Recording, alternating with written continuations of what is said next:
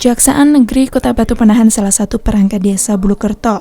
Oknum perangkat desa tersebut diduga melakukan tindak pidana korupsi APBDes tahun 2020.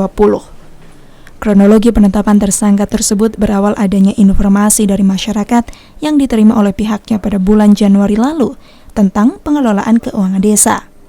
Kemudian Kejari Kota Batu melakukan pengumpulan bahan dan data oleh bidang intelijen. Selain itu, juga dilakukan tindakan penyelidikan oleh bidang Pitsus dan setelah ditemukan adanya dugaan TPK, Kejari menaikkan perkara ke tahap penyidikan. Pada perkara tersebut, Kejari telah melakukan pemeriksaan terhadap 30 saksi dengan berkoordinasi terhadap pihak terkait. Kejari Kota Batu juga telah mengumpulkan alat bukti berupa surat dan barang bukti. Kepala Kejaksaan Negeri Kota Batu Supriyanto menyampaikan dari hasil penyidikan, Kejari menetapkan FP yang diketahui menjabat sebagai kaur keuangan desa dan merangkap bendahara di Pemdes Bulukerto. Tim audit juga telah menemukan nilai kerugian negara sejumlah 338 juta rupiah. Tersangka menggunakan uang tersebut murni untuk kepentingan pribadinya. Pihaknya juga melakukan tindakan penahanan terhadap FP berdasarkan surat perintah dari Kejari selaku penyidik mulai tanggal 15 April tahun 2021 ditahan dengan jenis penahanan rumah tahanan di Lapas Malang Lowokwaru. Dugaan tindak pidana korupsi yang sedang ditangani oleh tim penyidik Kejaksaan Negeri Batu terhadap tersangka yang tadi telah ditetapkan inisial FP. Dan hari ini pula dilakukan tindakan penahanan adalah dugaan tindak pidana korupsi penyalahgunaan keuangan desa atau APBDes Desa Bulukerto tahun 2020 yang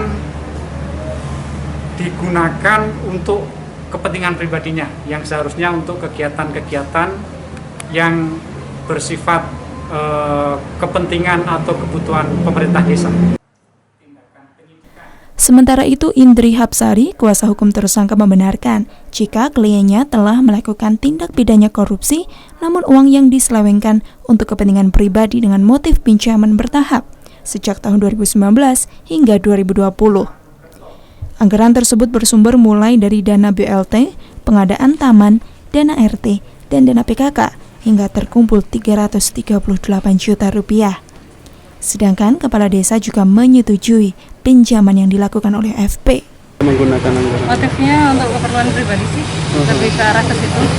Cuman ada itikat baik untuk mengembalikan. Oh gitu. Tapi belum. Cuman ini posisinya keluarga lagi mengusahakan untuk penjualan rumah. Oh gitu Mbak. Sama tanah, asetnya dia lah gitu.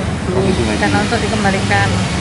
Nah, kalau Tuhan izinkan sebelum tuntutan dibacakan nanti diselesaikan. Oh bisa ya Mbak? Bisa.